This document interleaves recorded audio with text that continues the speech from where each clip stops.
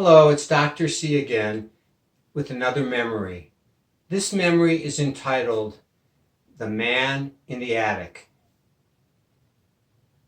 Over 30 years ago, my wife met a woman whose husband had recently died, and they became best friends. Not only best friends, the woman was about 20 years older than my wife, and not only were they best friends, they were like mother and daughter. They were that close. They spent lots of time together every week. And this woman was a fascinating lady. To begin with, she was brilliant. She was so brilliant that after she graduated from college, she got a job working for attorneys. And the attorneys were so impressed with her that they offered to pay her way through law school so she could become a lawyer.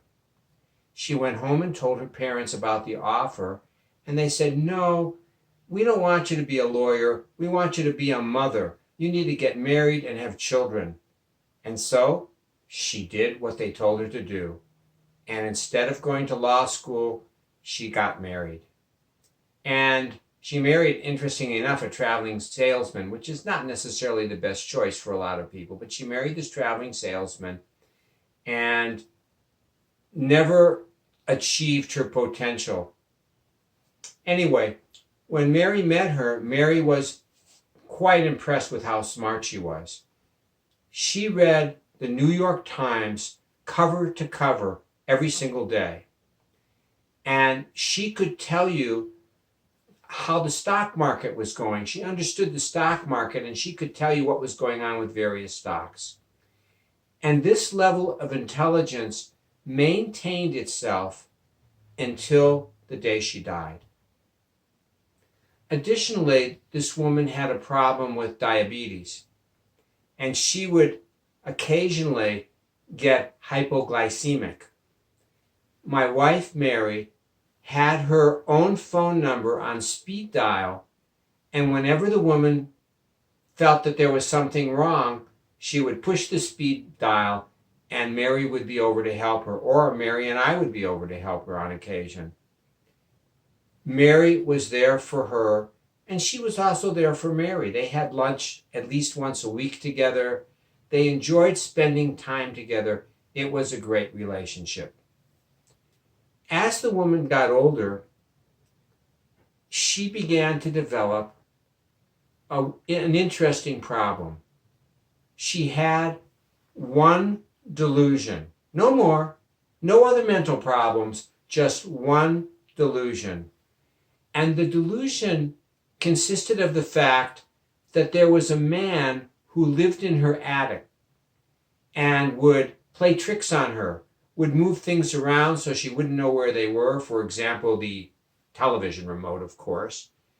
Would eat foods that she had left in the refrigerator and was planning to eat the next day. Now, this was obviously a delusion. We all know what was going on because we all have the same problem. Things disappear. Some of us sleep eat, so we don't remember that we ate something. And couples frequently blame each other. If the remote disappears, the TV remote disappears, I can always blame Mary. She can always blame me. But this person had nobody to blame, so she blamed the man in the attic. And she got to the point where she would walk around all day cussing at the man in the attic for things that he had done, or yelling at him because he was making too much noise. And I mean, it was a pretty big delusion, but as far as I was concerned, it was harmless. Mary immediately told me about the problem, and I said to her, "Leave it alone. Just listen to her. This is not a delusion that she is going to give up because it serves a great purpose. She does not have to take responsibility for disappearing things. She does not have to take responsibility for eating food that she doesn't remember eating. She just gets to blame the man in the attic." And Mary tried to tell the woman's son the same thing, just leave it alone, but he wouldn't. So he called the police one time to prove to her there was no man in the attic. He went upstairs, checked the attic over, put bars on the window, and none of this helped at all. The man in the attic was a major part of her later years. And she died about 20 years ago. So she's been gone for quite a while now. But the man in the attic lives on in our relationship. Because now, when we disappear things, we can always blame the man in the attic instead of blaming each other. It's much better. We don't get angry at each other. I just say, hey, the man in the attic stole the remote. And Mary smiles and nods, and then we hunt for the remote. Or the man in the attic ate the last banana. We say, man in the attic shouldn't have done that. So we have taken her delusion and are using it to our own advantage. And that is the story of the man in the attic. So stay healthy out there, and I'll talk to you again with another memory. Bye-bye.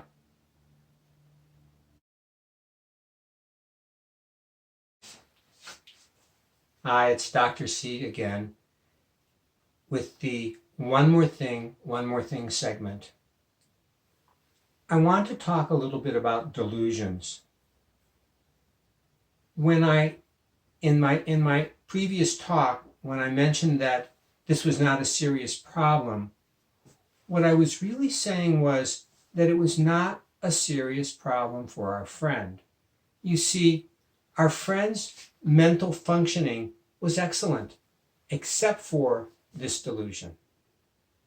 But she was oriented, she knew who she was, where she was, her age, she knew where she lived, she knew all these things, not to mention the stock market, all the current news, she remembered everybody's name. She was more functional then than I was at that point in time. She remembered a lot more things than I remembered. She was amazing. She just had this one delusion. And this one delusion did not appear to be having a negative impact on her. Now, it did have a little bit of a negative impact on her because she would yell all day at the man in the attic. But on the other hand, it was a relationship. And it was an important relationship for her. Even though it was imaginary, she had somebody with whom to argue. And you know, sometimes arguments, relationships where you argue with each other are more powerful than relationships where you get along okay, for whatever reason. I've never figured that out. But this was a relationship for her. It wasn't interfering with most of her life, and it did not appear to be a serious problem to me. On the other hand, delusions can be very serious problems for people. It all depends on what the delusions are and their mental status at the time. In other words, how they're functioning. And if they're not functioning well, and this is just another symptom of that, then it's an important thing along with all the other symptoms. But our friend was functioning well. One of my beliefs as a therapist was do the best you can do and accept your limitations. And I could see that we had massive limitations in this situation because it was an important delusion. It probably was helping her, and arguing with her could have destroyed our relationship with her. So we just let it be. So that is the end of One More Thing.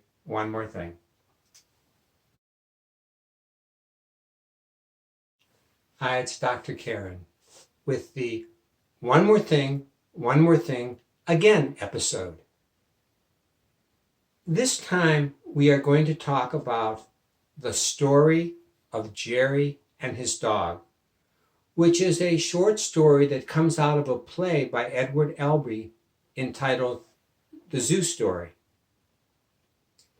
The story of Jerry and the dog is about a man who lives in an apartment, and there's an entrance area. So in order to get to his apartment, he has to walk through the entrance area, climb the stairs, and go into his room. Well, there is a dog who lives in that area. And the dog hates Jerry, and Jerry hates the dog. And what happens is that every time Jerry enters the front entrance of the apartment, the dog begins to chase after him and try to bite him repeatedly. And Jerry runs through the entranceway, up the stairs, and just barely makes it into his room without getting bitten very much. Not a very nice welcome to your apartment house. And this problem goes on for a long time. Eventually, Jerry decides to feed the dog and maybe make a friend. So he begins to bring hamburger meat and put it out. So he comes into the door, puts the hamburger meat down, and then runs up the stairs and gets to his room. And now he's just barely able to make it into his room before the dog can start to bite him. But the dog is still chasing after him. And he continues doing this for a while, and it never gets any better. So one day, Jerry poisons the hamburger meat, and the dog eats the poisoned hamburger meat and dies. And Jerry gets depressed. Why is he depressed? He's depressed because even though he hated the dog, they had a relationship, and he misses the relationship. Now, I tell you this story for obvious reasons. I worried that if we took away our friend's relationship with the man in the attic, she might have got even more depressed, just like Jerry did. So that is the end of One More Thing, One More Thing. And I'll be back. Well, Dr. C here, back for a third One More Thing, One More Thing. And this one is a little bit different. Years ago, there was a very famous ventriloquist named Edgar Bergen, and his puppet was Charlie McCarthy. And I would guess that many of you remember Edgar Bergen and Charlie McCarthy because they were the most popular and famous duo, ventriloquist and puppet duo, in the country at that time. And I know I enjoyed watching some of their work because it was brilliant. Well, Edgar Bergen had this habit that most people didn't know about. As a ventriloquist, I'm privy to a lot of the stories about other ventriloquists. So one of the stories about Bergen is that his family would occasionally find him in a room by himself with Charlie, and they would be talking over problems that Edgar was having, and Charlie would be giving him advice. Now, this is not exactly a delusion, but it does feel kind of weird that there he was talking to his puppet by himself to help solve problems.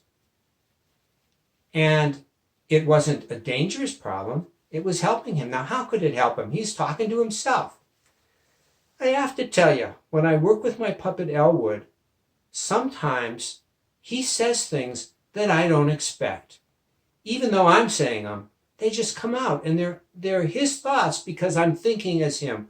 When we create puppet characters, we put personalities in them which hopefully are different from our own personalities. Elwood is a lot different than I am. And Charlie was a lot different than Edgar Bergen was. And when you get a different viewpoint, even though it's coming from your own head, it's helpful. So I fully understand what Edgar Bergen was doing. By the way, as long as I'm talking about Edgar Bergen, I had an interesting experience. His daughter, Candace Bergen, who many of you know from her television movie appearances, came to one of our ventriloquism conventions. And she took my picture. I didn't take her picture, which I would have if I had the opportunity, but she took my picture along with my puppet Elwood. So I thought that was kind of neat. Anyway, that's the end of the third One More Thing, One More Thing. Stay safe out there. Bye-bye.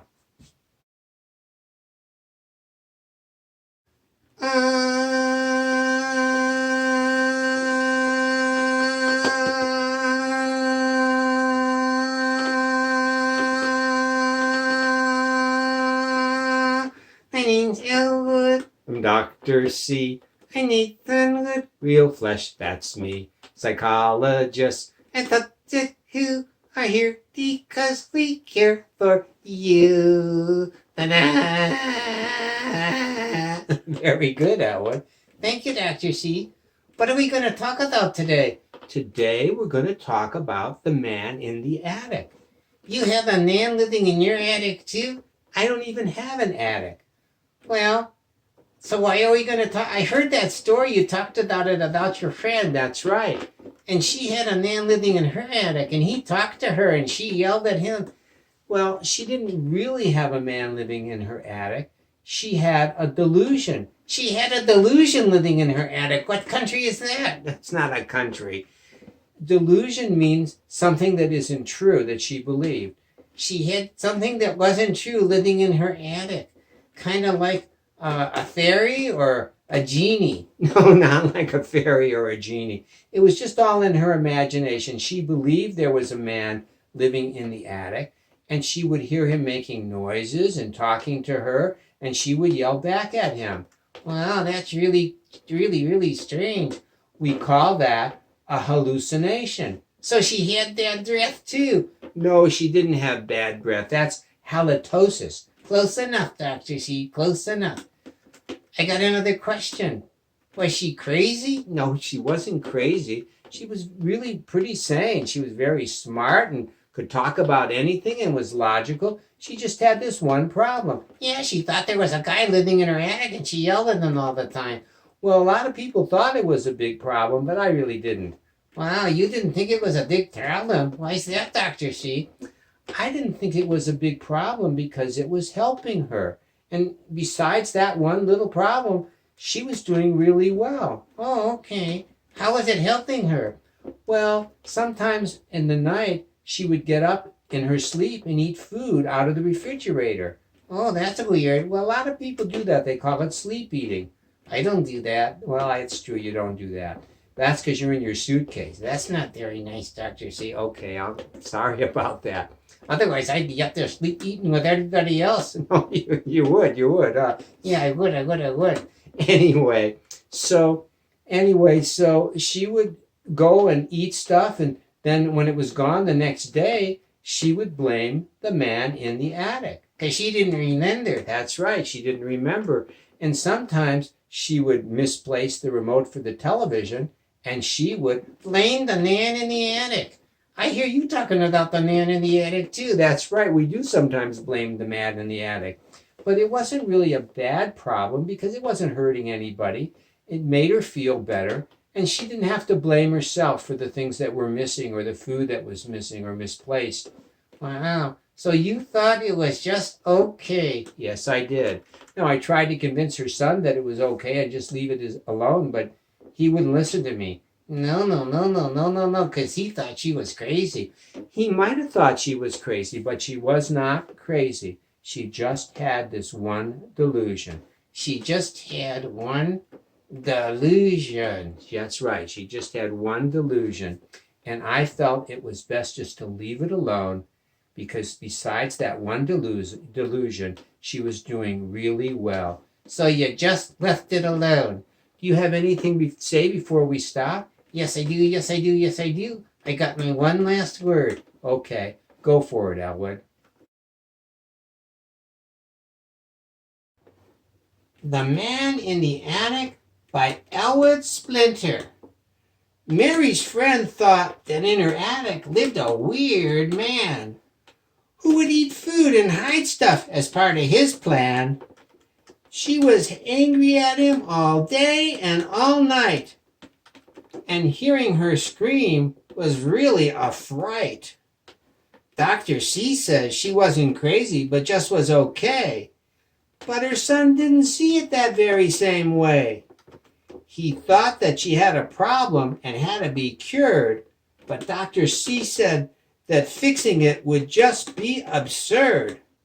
I want to believe that Dr. C must be right, but should I trust him when he talks to puppets all day and all night?